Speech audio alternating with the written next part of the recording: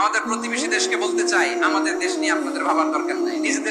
নিজের চরকায় তেল দেন, নিজের দেশ নিয়ে ভাবেন। প্রতিবেশী যদি বন্ধু না হয়ে প্রভু হতে চায়, এরকম দানব প্রতিবেশী কেউ চায় না। ভারত যদি বন্ধুত্ব উপহার দেয়, আমরা বন্ধুত্ব দিব। কি বলেন? তারা যদি বন্ধু সুলভ আচরণ করে, আমরাও বন্ধুত্ব। সামাজিক জীবনে, রাষ্ট্রীয় জীবনে ঐক্যবদ্ধ থাকার প্রয়োজন। The importance of unity in our life. আমরা ঐক্যবদ্ধ থাকতে চাই কি চাই না? এই আপনাদের গলার আওয়াজ। আমরা ঐক্যবদ্ধ জীবন যাপন করতে চাই কি চাই না? চাই। ঐক্যের কোনো বিকল্প নাই। গত 50 বছর তো দেখেছি ডিসইউনিটি, অনৈক্য, বিভেদ, বিচ্ছিন্নতা আমাদেরকে কোথায় নিয়ে গিয়েছে। এই যে দেখেন, কিছুদিন আগে আমাদের বর্তমান নেতা ডক্টর ইউনূস, উনি সব রাজনৈতিক নেতৃবৃন্দদেরকে ডেকেছেন একটা ইস্যুকে কেন্দ্র করে। তার মানে গোটা বাংলাদেশ এক হয়ে গিয়েছে। আমরা সবাই উদ্বেলিত হয়েছে, উচ্ছ্বসিত হয়েছে, ঠিক কিনা বলেন? রাজনৈতিক নেতাদেরকে ডেকেছেন উনি, আমরা এক হয়েছি। এরপর ধর্মীয় অঙ্গনের যে লিডাররা, বিভিন্ন ধর্মের, শুধু মুসলিম না, সবাইকে ডেকেছেন, আমরা ঐক্যবদ্ধ হয়েছি। এটাকে বলে ন্যাশনাল ইউনিটি, জাতীয় ঐক্য। যে কোনো ধরনের কনস্পাইরেসি, ষড়যন্ত্র, আধিপত্যবাদ মোকাবেলায় জাতীয় ঐক্যের চেয়ে মোক্ষম হাতিয়ার আর নাই। আমাদের একটা প্রতিবেশী দেশ আছে, আমরা আমাদের দেশ নিয়ে যত ভাবি, তারা তার চেয়ে বেশি ভাবে।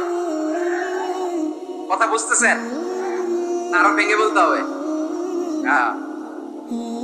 আমরা আমাদের দেশ নিয়ে যত উদ্বিগ্ন, এদের আরো টেনশন বেশি। বলেন, আমাদের দেশে শান্তি আছে না নাই? আমরা হিন্দু মুসলিমে কখনো দাঙ্গা লাগে? আসতে বলেন, কেন লাগে? ওদের পূজা পার্বণে আমাদের মাদ্রাসার ছেলেরা যে পাহারা দেয়, চিল্লায় বলেন ঠিক কিনা? আমাদের তাফসীর মাহফিলের সময় ওরা ডিস্টার্ব করে, ঢোল বাজায় না। ওদের পূজা পার্বণের সময় আমাদের তাফসীর মাহফিলের ডেট হলে আমরা চেঞ্জ করে দেই। সুবহানাল্লাহ! কি সাম্প্রদায়িক সম্প্রীতির রোল মডেল। আর ওই বাংলাদেশের ব্যাপারে তারা অনেক ডিসইনফরমেশন ছড়াচ্ছে। ভারতের অনেকগুলো গণমাধ্যম, আমি জেনারেলাইজ করব না, আমাদের প্রতিবেশী দেশের সব গণমাধ্যমকে আমি দোষ দিতে চাই না। অনেকগুলো গণমাধ্যম তারা ডিসইনফরমেশন শেয়ার করেছে। ডিসইনফরমেশন আর মিস ইনফরমেশনের পার্থক্য আছে। মিস ইনফরমেশন না জেনে ভুল বুঝে একটা মিথ্যা বা ভুল তথ্য ছড়িয়ে দেয়া, এটার ক্ষমা আছে, এটার কি আছে। আর ডিসইনফরমেশন মানে ইচ্ছা করে, প্ল্যান করে, ম্যাপ করে, ছক এঁকে মিথ্যা, গুজব, রটনা সোশ্যাল মিডিয়ায় ছড়ানো, এটার ক্ষমা আছে? আওয়াজ করে বলেন, ক্ষমা আছে? ভারতের কিছু গণমাধ্যম তাই করেছে। আমরা ব্যথিত হয়েছি, আমাদের হৃদয়ে রক্তক্ষরণ হয়েছে। গত মাসের ভয়েস অফ আমেরিকার রিপোর্ট, বাংলাদেশে সংখ্যালঘু জনগোষ্ঠী আগের চেয়ে বেশি নিরাপত্তা পাচ্ছে। Report voice of America, Muslim report নাকি? মুসলিম জরিপ, ভয়েস অফ আমেরিকা। কথা বোঝে নাই বোধহয়। ভয়েস অফ আমেরিকা কি আমাদের রিপোর্ট? না, ভয়েস অফ আমেরিকার জরিপ, বাংলাদেশে সংখ্যালঘু জনগোষ্ঠী আগের চেয়ে ভালো নিরাপত্তা পাচ্ছে। শুধু এখানেই শেষ না, মাইক্রোসফটের একটা জরিপ শোনাই আপনাদেরকে। তারা সারা পৃথিবীতে গুজব, ভুয়া আর মিথ্যা নিউজ ছড়ানোতে কোন দেশ সেরা একটা রিপোর্ট করেছে। এর মধ্যে 1 নম্বরে এসেছে ভারতের নাম। মাইক্রোসফট তো মুসলমানরা চালায় না, কথা বোঝে নাই বোধহয়। প্রতিবেশী দেশকে বলবো, আপনারা নিজের চরকায় তেল দেন, আপনারাও শান্তিতে থাকেন, আমাদেরকেও শান্তিতে থাকতে দেন। সব চেঞ্জ করা যায়, প্রতিবেশী চেঞ্জ করা যায় না। আমাদের ল্যান্ড তাদের ল্যান্ড, পাশাপাশি। আমরা চাই তারাও সুখে থাক, আমরাও সুখে থাকি, ঠিক কিনা? কিন্তু প্রতিবেশী হলে বন্ধুত্বপূর্ণ আচরণ করতে হয়।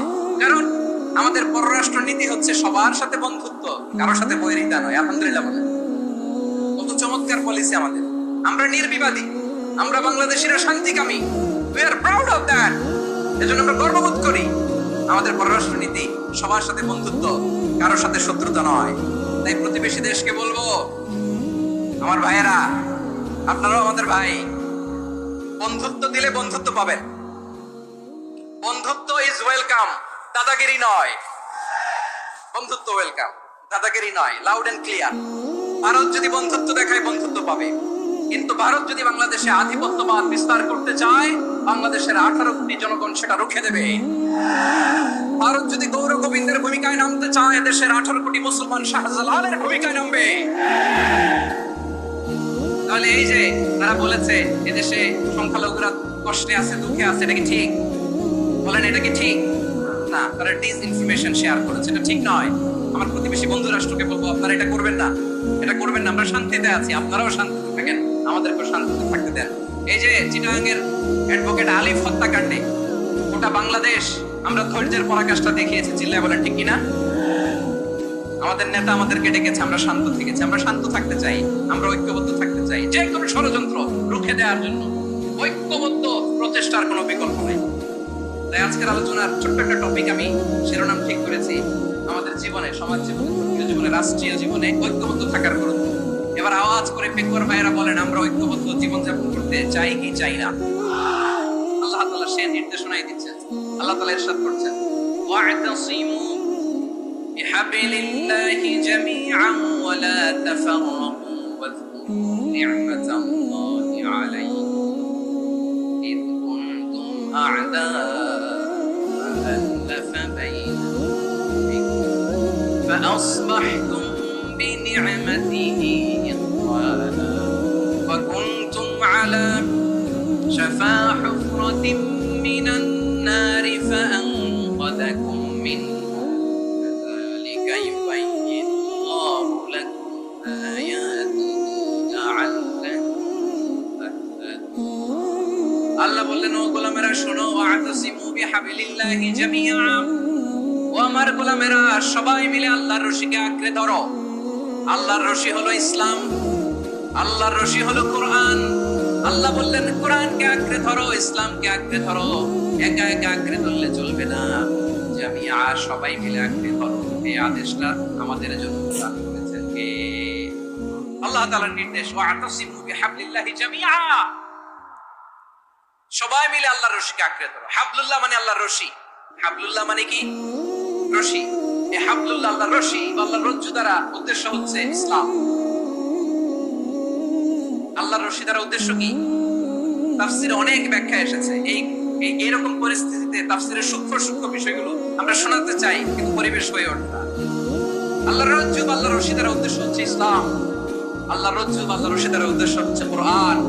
কারণ কোরআন আমাদেরকে ঐক্যবদ্ধ করে, ইসলাম আমাদেরকে ঐক্যবদ্ধ করে। চিল্লায় বলেন ঠিক কিনা? এজন্য আল্লাহ বললেন, তোমরা আমার রশিকে আঁকড়ে ধরো, বিচ্ছিন্ন হয় না। আমার দেয়া নিয়ামতগুলো স্মরণ করো। যখন তোমরা ছিলে শত্রু, তোমাদের মধ্যে হৃদয়ে আমি আল্লাহ ভালোবাসা ঠেলে দিলাম, বলে তোমরা সবাই ভাই ভাই হয়ে গেলে। তোমরা সবাই ছিলে জাহান্নামের কিনারায়, জ্বলন্ত অগ্নিকাণ্ডের পাশে। আমি আল্লাহ দয়া করে ঈমানের বদৌলতে তোমাদেরকে আগুন থেকে ফেরালাম। আমি আল্লাহ দয়া করে তোমাদেরকে জান্নাতের পথ দেখিয়ে দিলাম। সুবহানাল্লাহ পড়েন। এমন পথ দেখালাম, এই পথ তোমাদেরকে জান্নাতে নিয়ে যাবে, পথের দিশা তোমরা পাবে। লাআল্লাকুম তাহতাদুন। প্রিয় ভাইরা, তাহলে আমাদের যে ঐক্যবদ্ধ থাকতে হবে, এই নির্দেশটা কার? নাকি মন মতো আমি বানায় বলতেছি? আওয়াজ করে বলুন, নির্দেশটা কার? আল্লাহ। তাহলে আমাদেরকে ঐক্যবদ্ধ জীবন যাপন করতে হবে। প্রিয় ভাইরা, ইসলাম আমাদেরকে ঐক্যবদ্ধ করে। ইসলাম আমাদেরকে কি করে? সংঘবদ্ধ করে, ঐক্যবদ্ধ করে। বিচ্ছিন্ন হওয়া যাবে না। বিরোধ, বিচ্ছিন্নতা, মতানৈক্য, এগুলো আমাদেরকে ধ্বংস করে, আমাদেরকে দুর্বল করে। আর আমাদের ঐক্যবদ্ধ প্রচেষ্টা আমাদেরকে বিজয়ের দিকে এক ধাপ এগিয়ে নেয়। চিল্লায় বলেন ঠিক কিনা? এজন্য আল্লাহ বললেন, ওয়া'তাসিমু বিহাবলিল্লাহি জামিআ, তোমরা আল্লাহর রশিকে আঁকড়ে ধরো, তোমরা ঐক্যবদ্ধ জীবন যাপন করো, তোমরা বিচ্ছিন্ন হয়ো না। বিচ্ছিন্ন হইলে লস।